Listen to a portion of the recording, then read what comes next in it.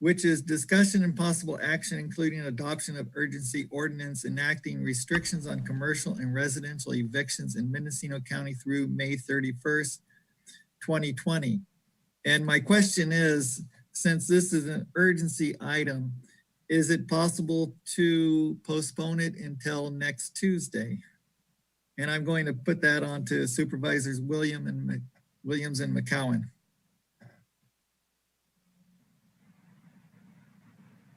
Mr. Chair, I would say no, there's definitely an urgency. People are struggling to be able to pay their rent, both commercial, residential. They're being told in some cases by their landlords, sorry about that, you will be evicted if you don't pay. I think this can be a very quick item.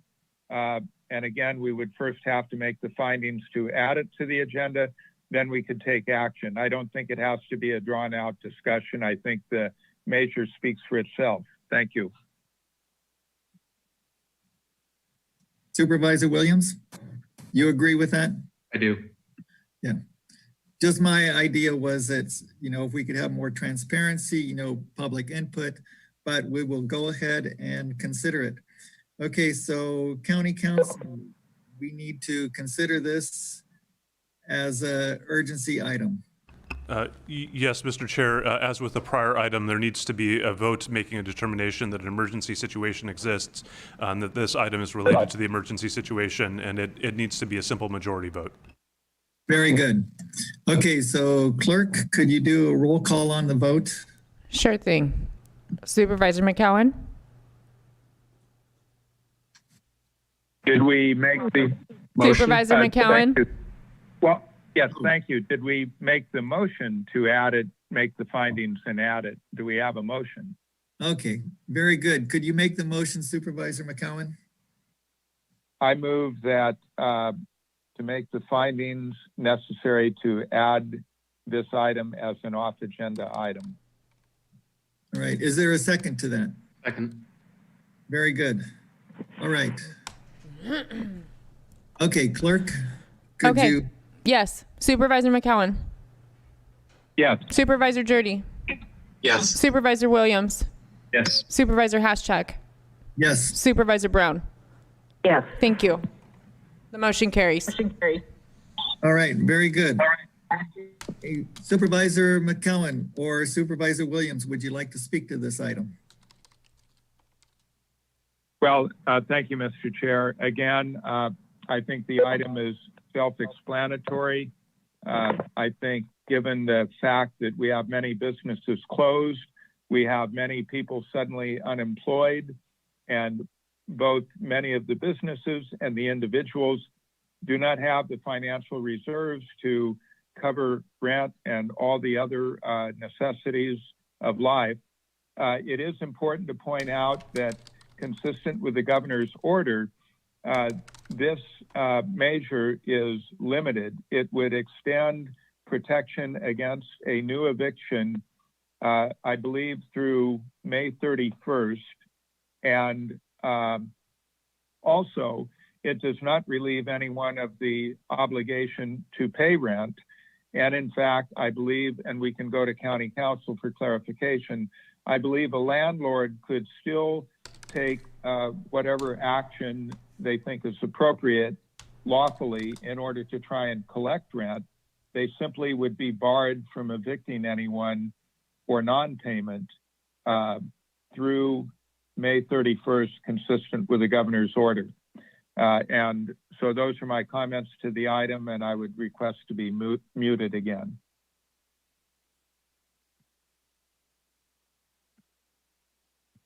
Okay, Supervisor Williams. I know businesses and individuals are coming up on end of the month, first of the month, where they have to make some decisions with a lack of cash flow. And there's a benefit in passing this today to instill some confidence that action will stop until the peak of COVID passes. All right, Supervisor Brown. Yes, my concerns with this is the fact that there has been comment that has come through to all the board members regarding this particular issue.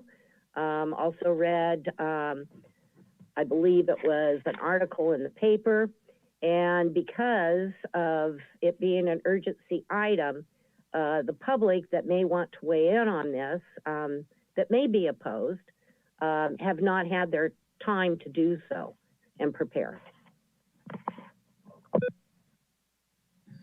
Supervisor Jurdy.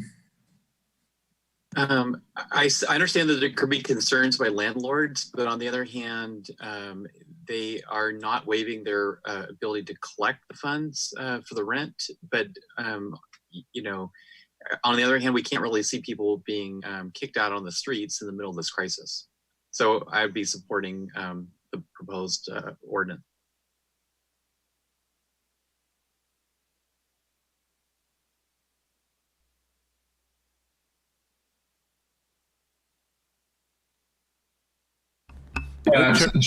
Barry, you're muted. Could you unmute? We can't hear you.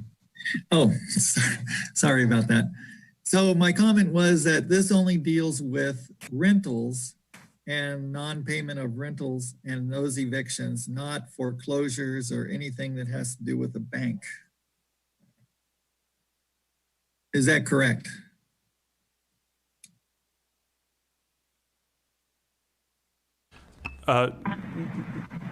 Mr. Chair, if I may, I believe it does address foreclosures in a limited capacity. And actually, if you would give me just a second, what I might do is get my deputy to come in here to speak to that point just briefly. Okay, and my concern also, I agree with Supervisor Brown, is that, you know, in the best case scenario, we would have time for public comment and get input on this.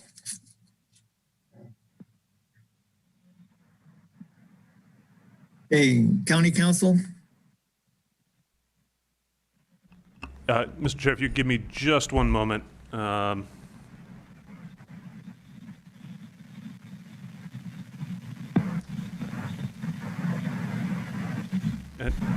If I may, I'd like to ask Deputy County Counsel Mike McAtee to speak to the question that you had posed earlier.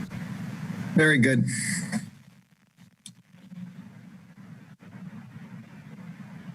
Good morning, Board. I believe the question was whether or not this deals with foreclosures and banks, and my understanding is that it does. It's this basically, and without having looked at what we wrote yesterday, this morning, what this deals with is it stops the ability to evict somebody, whether it's through a rental, both residential and commercial, whether it's just a person renting or somebody who has purchased it and is paying off the bank, and the bank is looking to evict after a foreclosure.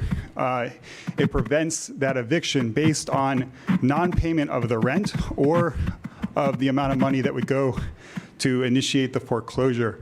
Again, the person that owes the money would still owe the money. It just prevents the eviction from happening during this period of time.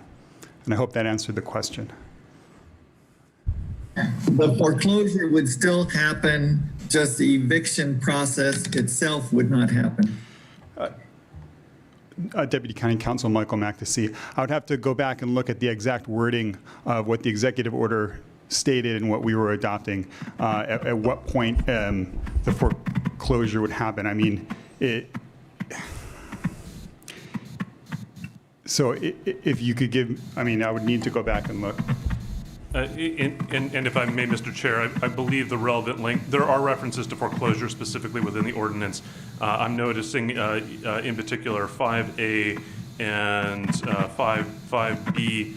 I don't believe that it went quite as far on foreclosures as we have gone with respect to evictions, and that's in part due to the limitations that were put in place by the governor's executive order. The draft that we used was an attempt to get as close to the full extent of what the governor had authorized local jurisdictions to do under the latest orders.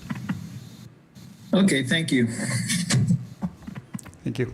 So we have some public comment on it, one piece of correspondence. That's noted. Okay, so any other comment from the board? Yeah, I have one comment. Yes, Supervisor Williams. I think an eviction at this stage would go against the core intent of the social distancing. Eviction would involve contact, would involve preparation for the eviction, movers, potentially renting a vehicle. There's so many points of contact that come into play during an eviction.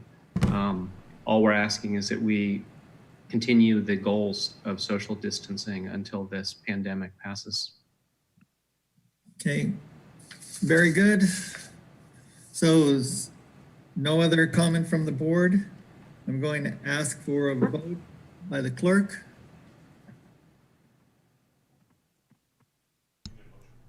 We need a motion. Oh, okay. I Is would there a move the motion? recommended action. All right. I- Is there a second? I'm sorry, can you say your name before making a motion? Thank you. Williams moves the recommended action. Thank you very much. Is there a second? 30 seconds.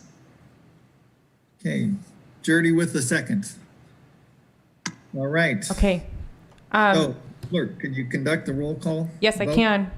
Supervisor Jurdy, Yes. Supervisor Williams, Yes. Supervisor Haschak, Yes. Supervisor Brown, Yes. Supervisor McCowan. Yes. The motion carries unanimously.